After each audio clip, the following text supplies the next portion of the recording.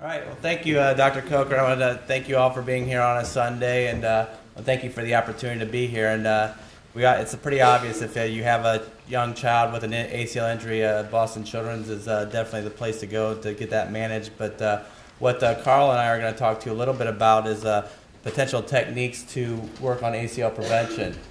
And so we know what are the problems with having an ACL injury. Well, how do you? Let's see. We have a video here. What do you think happens when you have that initial injury? How's your athlete perform the next day? They're very good. We're sitting right here. We're at 6 weeks or 6 months to a year at physical inactivity. What about that athlete coming back? Does anybody know who this athlete is? Who is that?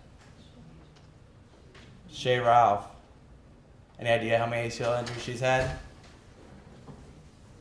I was giving this lecture in Las Vegas, and I thought it was 5, but somebody raised their hand and said I'm treating her for 6 right now. So what we found out, and this is a study where we looked in our laboratory, we found that 1 in 4 athletes, if you actually monitor the athletes that are returning back to sport, 1 in 4 is going to come back to you with a second injury. What are the long-term effects? This is some of Gretel Mikkelbust's work out of Norway, and what they looked at is those athletes, whether they had an ACL reconstruction or not, they compared them. And what they looked at is what your risk for osteoarthritis was. And what they found, if you extrapolate that data out to about 20 years, you have about a 100% chance of osteoarthritis whether you get it repaired or not repaired. So again, we think that prevention is a solution. This is some data from Julie Agel where she looked at injury rates comparing males and females. And what she found is that no matter what the sport, or soccer or basketball, over a 10-year period, females on average had a 4 to 10 times greater rate of ACL injury. So that's an area that we really try to focus our work.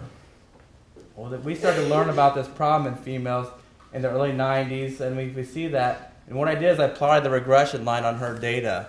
And what's this look like? Does it look like our disparities getting any better? So actually we're going the wrong direction, where injury rates are getting higher in females.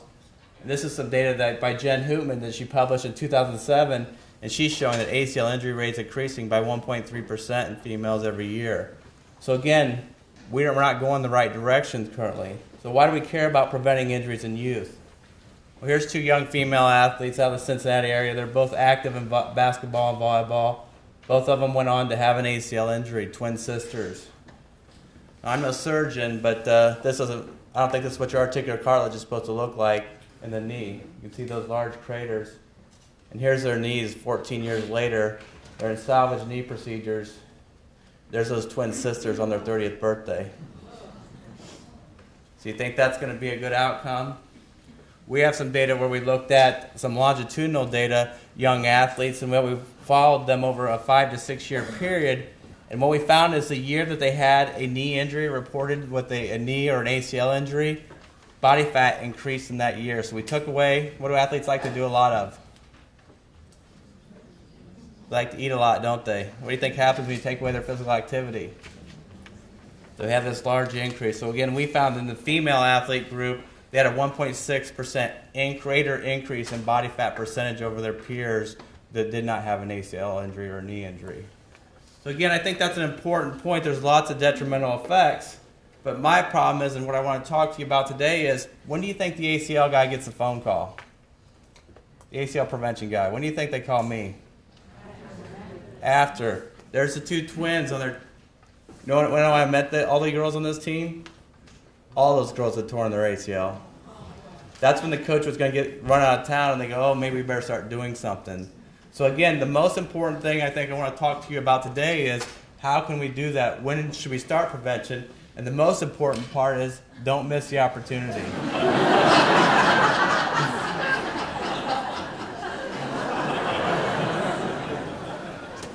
So I think if you take anything away from today, the Win 2 is one of the most important aspects, and I think that's why I'm so excited to be any part of the Micheli Center, because they are targeting the young athlete and they're looking at prevention. So this is really an innovative approach that's not happening anywhere in the country.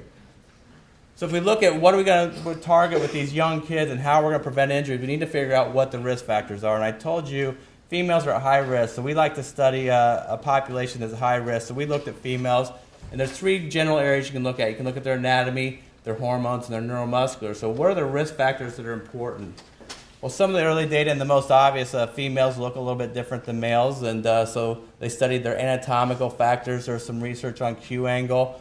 Some authors looked at that intercondylar knots, tend to found that females were a little bit more A-shaped, maybe have a smaller ACL. If you have a smaller home where you live, what do you think that means? Smaller ACL. So females tend to have a smaller ACL. The data is pretty equivocal. This is a study we published in AGSM looking at laxity measures. So can anybody take their thumb to their forearm? See, there's an easy one. So those hyperlax female athletes, we found that tend to increase their risk in athletes. But we also have done lots of follow-up studies, and the data is pretty equivocal on anatomy and static alignments, where we find that their anatomical factors don't necessarily contribute to their biomechanical factors we think are bigger players in the risk. So what about hormones? We know that females have different circadian hormones, and we can look at that. Is that a potential risk area where we should look? This is some data where we did a systematic review and meta-analysis, looked at all the data in the literature and found when during the menstrual cycle. So basically this is a 28-day cycle, onset of bleeding, 28-day cycle. When during the menstrual cycle does a female athlete get more lax? Or if we know that looseness is a predictor, when during the cycle does she get more laxity? And what we found, the 6 studies that are available, right around ovulation, there appears to be something going on where the joints appear to get a little bit more lax. Well, what about injury? We did the same thing looking at when the studies were in the literature, when do females tend to have the most ACL injuries? Well, this one was a significant finding. We found that there was a significant effect in the first half of the menstrual cycle. So if we bring those 2 studies together, it looks like there's something going on right here. So maybe there is something relative to their hormones, and maybe we should look a little further. So this is one of the first studies I did whenever I got out of school, working at the biomechanics, and you can imagine how terrible this was. I was 23 years old, and I was charged with monitoring the menstrual cycles of 60 female athletes. Man. That's when my boss told me you're not allowed to date subjects. That was a bad day. But what we found is we brought them in 3 times during 2 different menstrual cycles, did full body biomechanics, 2 years of data, massive study. Have you all read this study? Is it a big contributor to the literature? Guess what we found? A whole lot of nothing. We found that we could not really create any associations between the menstrual cycle and hormones and your biomechanics. So that's when we get to the area where we really like to focus, because this is where we think you can intervene and we have the most potential to prevent injury, and we look at the neuromuscular risk factors. And the idea being is the knee is a very simple joint. It's a hinge joint. It's meant to flex and extend. But that ACL, you can see when you get those out-of-plane movements, very small disproportional loads can put disproportional stretch on that ACL. So maybe there are some mechanics that are more ideal to preventing that and keeping that knee into an ideal position. So as Dr. Coker talked about, we are a little bit perverse as well in our studies. We sit around and wait for ACL injuries, and what we did is a big biomechanical study. We tested a bunch of athletes, and we sat around like little ghouls waiting for our ACLs to come in. And we got real lucky with this study. Some girls were unlucky. But with our biomechanics laboratory, we can calculate thousands upon thousands of variables to look at. And what we did is we found one measure that was highly predictive of a female athlete that was going to go on to an ACL injury. Is anybody familiar with this study? We found that knee valgus load, and that basically that's the load driving that knee into a valgus position. So that load, that external load, when you hit the ground, pushing your knee into valgus, was going to lead to something like this.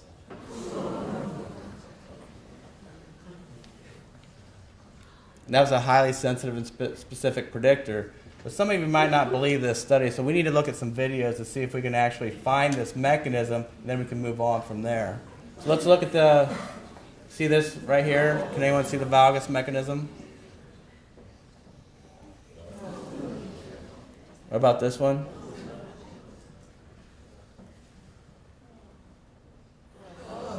So what about volleyball? It's the server.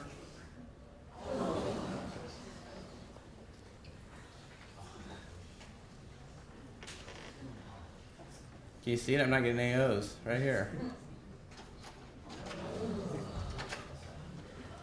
Here's some Norwegian handball. Dr. Ingebrigtsen's probably familiar with this one.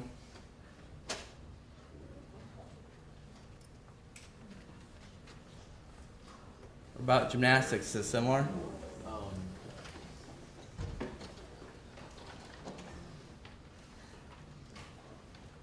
What about gladiator? Watch the valgus mechanism. About wrestling. It's a girl in the black pants. So give it another view. Watch the valgus. Knee popping into valgus. What about males? This is one of my best videos. You can watch the knee go in that sharp valgus position. You can see the ACL rupture on this one. You can see when it pops.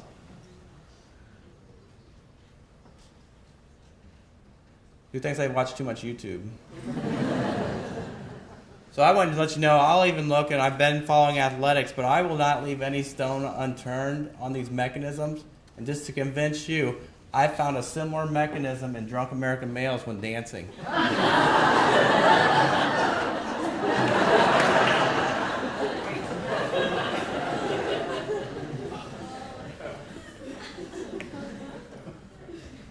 So are you convinced that valgus might be a player?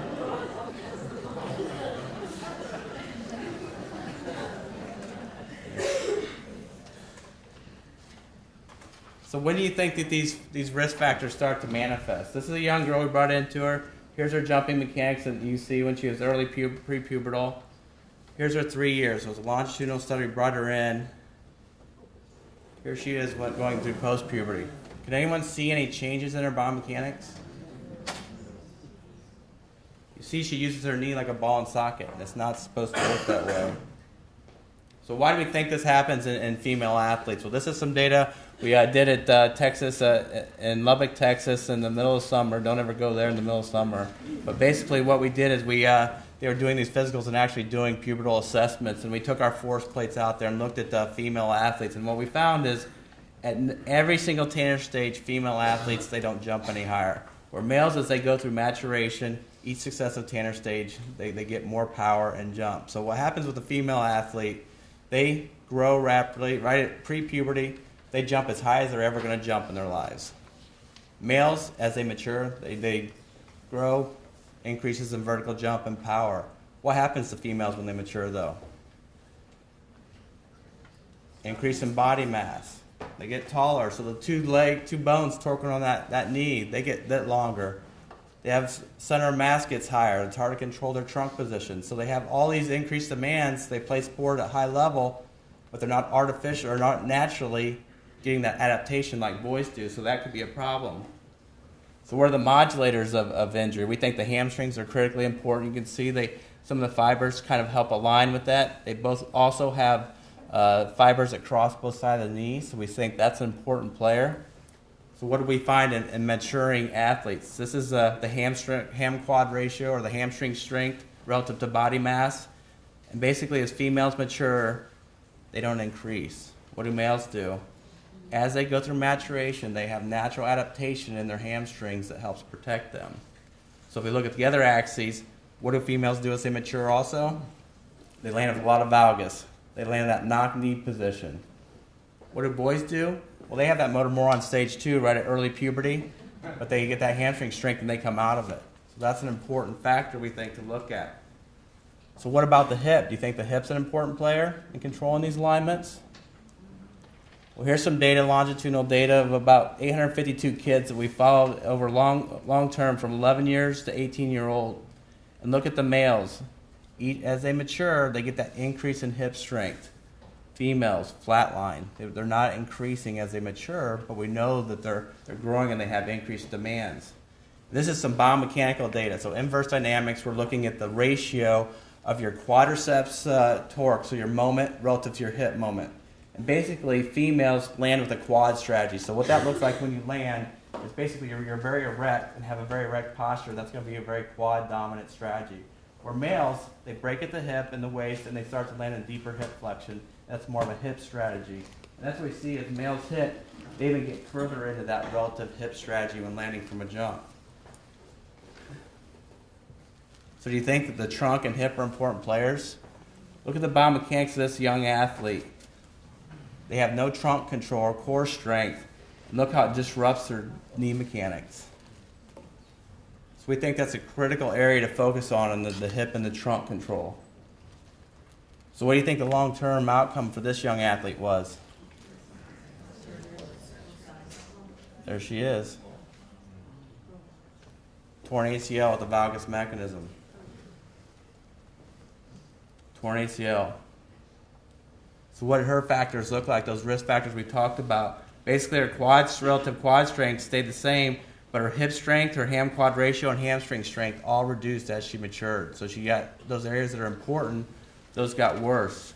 What did her valgus loading do? So that load that's a predictor, at each successive test, to the test that was 2 weeks before her ACL injury, she increased that valgus loading, that amplitude of valgus loading at landing. So we think that that's an important player, and that we've talked about the risk factors, and this is a project I'm working on with Dr. Micheli. We think that patellofemoral pain might be an early indicator, because our number one risk factor for patellofemoral pain is that valgus mechanism, but it happens in younger kids. So that they don't have the loads to create, that they don't weigh enough, they're not big enough to create those high loads that tear their ACL. But that early indicator, maybe that kid that's walking into you with anterior knee pain, maybe they're telling you, hey, when I grow, I'm going to be an ACL injury risk or a high-risk athlete. So maybe that's something we should be looking at with our training programs. So this is data, longitudinal data, looking at our growing athletes. And basically, we think that when an athlete lands above this value, it's 21.74 newton meters. That's where we found the cut score for high risk for ACL injury, that you're going to go on to an ACL injury. Males never cross that threshold. Where females, when they're about 90% of adult stature, and that's about a 12 to 13-year-old female, and that's getting right there, that point where Martha was talking about risk goes up, that's when we see the highest injury risk. Well, this is data from a completely different data set of about 1 million kids in the United States, and basically look how it follows similar patterns. So this is knee injury risk. Maybe that is an important predictor. So the one question I have when we talk about when to, what do you think, who's more at risk, that elite athlete or that younger, not so elite athlete? They have these mechanics, and this is kind of the profile, that valgus, low hamstring strength, laxity, lack of trunk control. Who do you think's highest at risk for that? Raise your hand if you think it's a high-level athlete. What if you think it's a low-level athlete? You think it's lower level, younger kid? Well, here's Cynthia Barboza. She's one of the best volleyball players I've ever seen at the high school level. See how she has all the same mechanics? Watch when she takes off. She's over here. Big valgus. Watch when she lands. Loss of trunk control. Leaning laterally. Another valgus mechanism. So she got a lot of those mechanics that we talked about. Great volleyball player. Look at this younger athlete. She's got a lot of the same. So I don't think it's about your level. I think it's about the mechanics, and the mechanics that are putting you at risk. So you have to work on those and identify those athletes. But my point is here, it's probably easier to work with this athlete and correct those mechanics than that 20-year-old who's elite and has been very successful at doing what they're doing. You tell them they're going to change their mechanics. That's why you got to start younger. So that brings us to the question, when should we start to do these integrative neuromuscular training with athletes? We're going to talk about age. Dai's been really working on, Dr. Sugimoto has been working on all these other factors, and he's doing meta-analysis, so he's going to talk to you about that. But if you want to talk about that, he's going to be in the back. But what we're going to talk to you about is the age and when you should start training. So integrative neuromuscular training is pretty much a conceptual model, and basically what that is deficit-driven training. We don't have protocols for our athletes. We screen our athletes, and we let the athlete tell us what should be done. Very similar to what Dr. Meehan was talking about. You're going to do the screening, and that's going to give you the protocol. That's exactly the purpose of how we want to get at the athlete. But the athlete tells you what should be trained based on their deficits. And the most important part is using corrective feedback. If you give someone a protocol and you don't correct their deficits, basically you're hardwiring the deficits, the poor biomechanics that they already demonstrated that's putting them at risk. So what is integrative neuromuscular training? What are the key components? We have a variety of movements, but education and instruction is by far the most important part.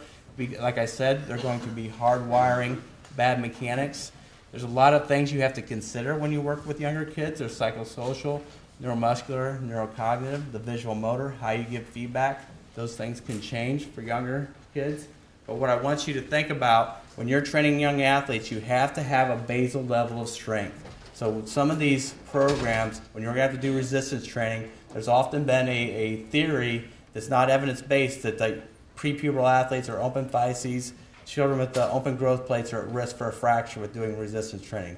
That's false. It doesn't make any sense relative to the biomechanics. So we have to do some sort of resistance training, and this is a project I'm working on with Dr. Micheli. We just published a position statement on youth resistance training and showed, basically endorsed by all the major medical associations that hey, you can do resistance type training, and that's an important aspect of all of our programs that we're doing for young athletes. This is some data that supports this. We know that kids that are most active, they're at the highest risk for fractures. But what was really interesting in this study, they found those kids with the increased muscle strength that mitigated their risk for injury. So even in the most active kids, if they were stronger, they had reduced risk of injury. And even the chimpanzees know it's great to do resistance training.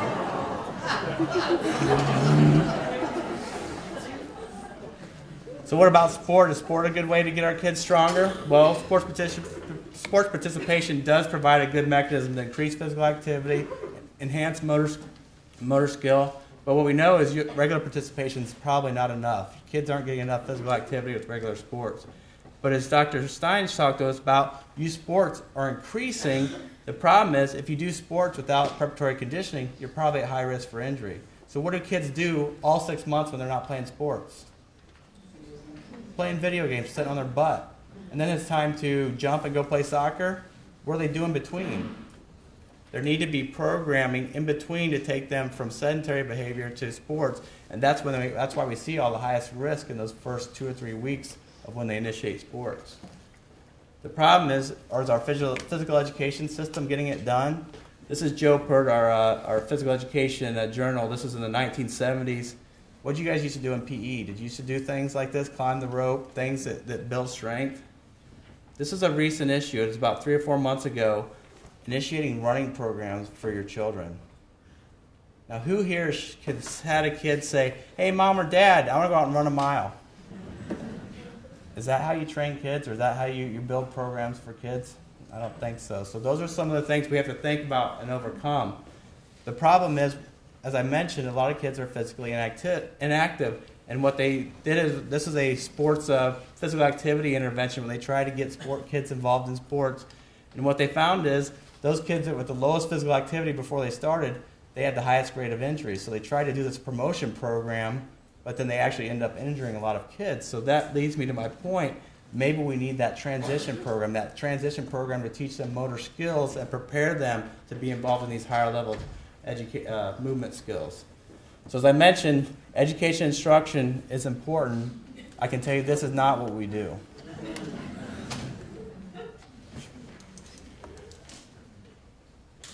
Having a lot of fun there. This is how kids normally use exercise equipment.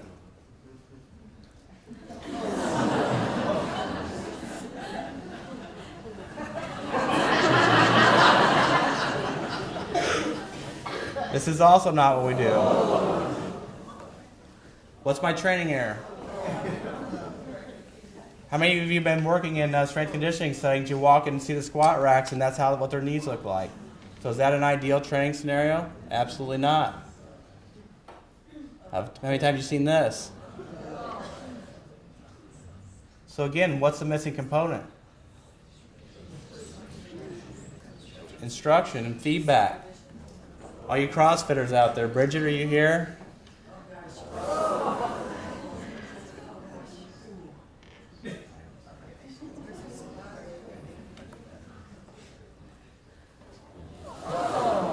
So this is not what we do, but we do high load.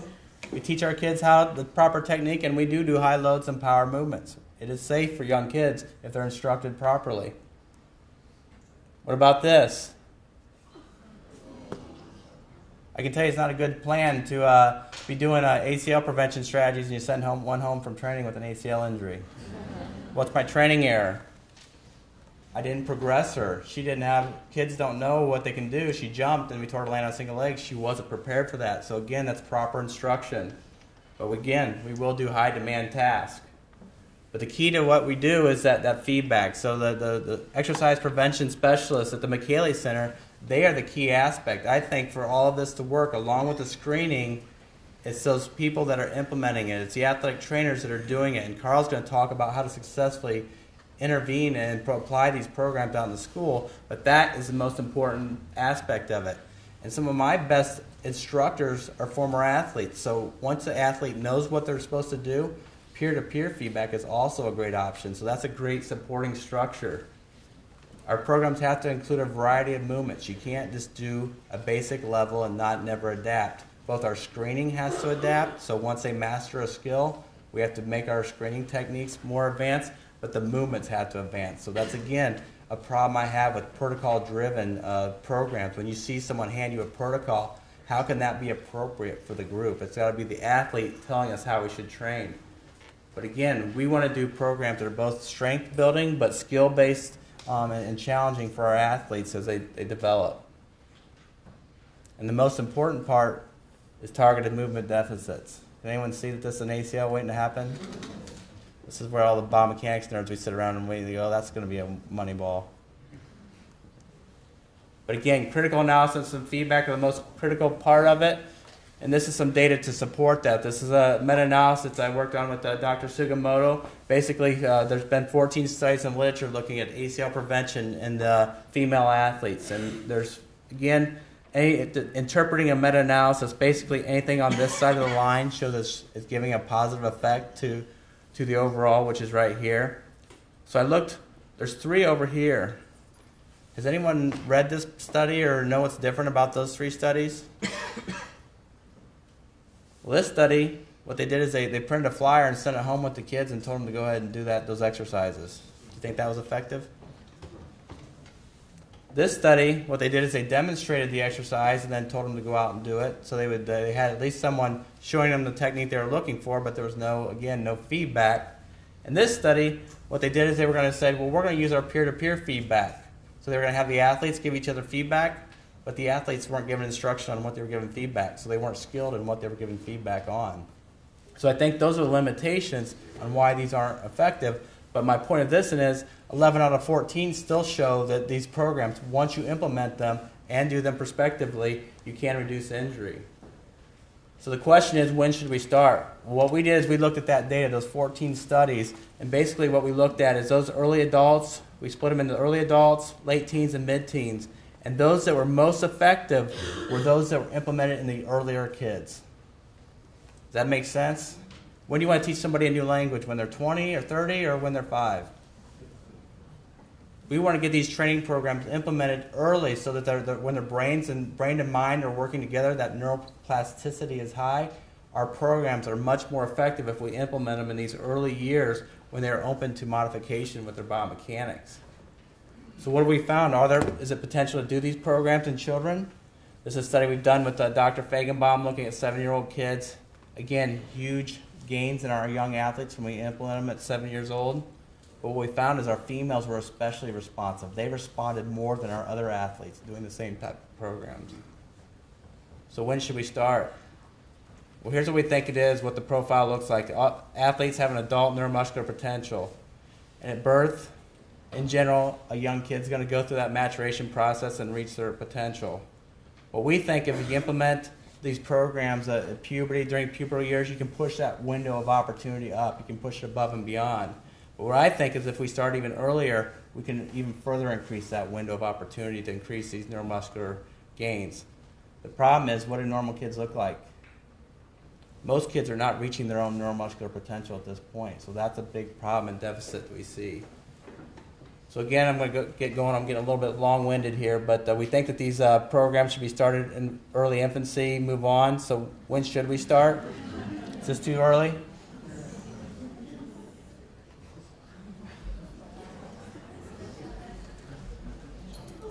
All you got to do is put their toys on the wall.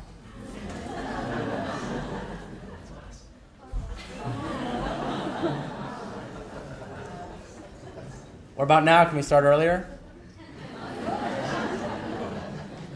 Think how strong our kids would be if we made them watch TV doing pull-ups.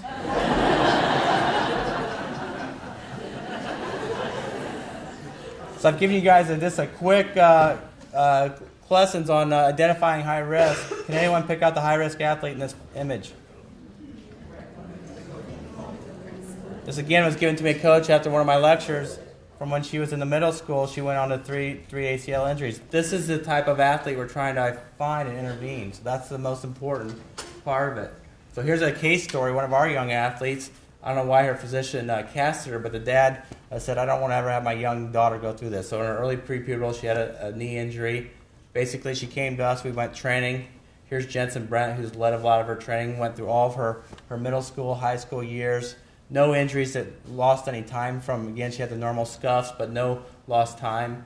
And again, here she is after scoring the state title goal, and she became the Ohio Player of the Year. So again, keeping the athletes healthy, we think it's actually a performance enhancer. So when you ask the coaches, when should we do this? We do it preseason and we integrate it into their in-season, but it's going to make your athletes better and they're going to perform better. You all saw this last year.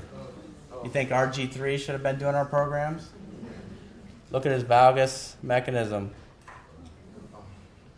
Did somebody miss something at the combines? Here's his combines. Doing his jumping. Look at his valgus landing mechanics.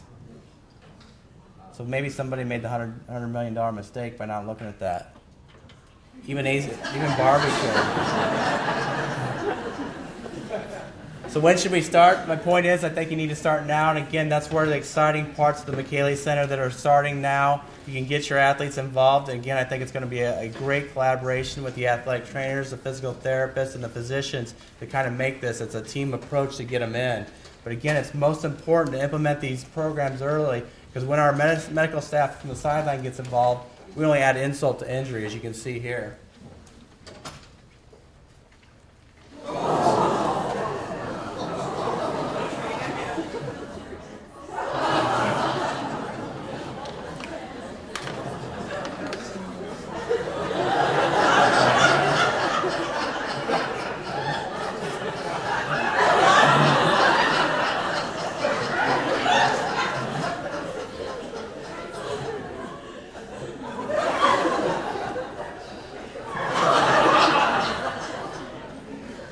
This one started out bad from the beginning.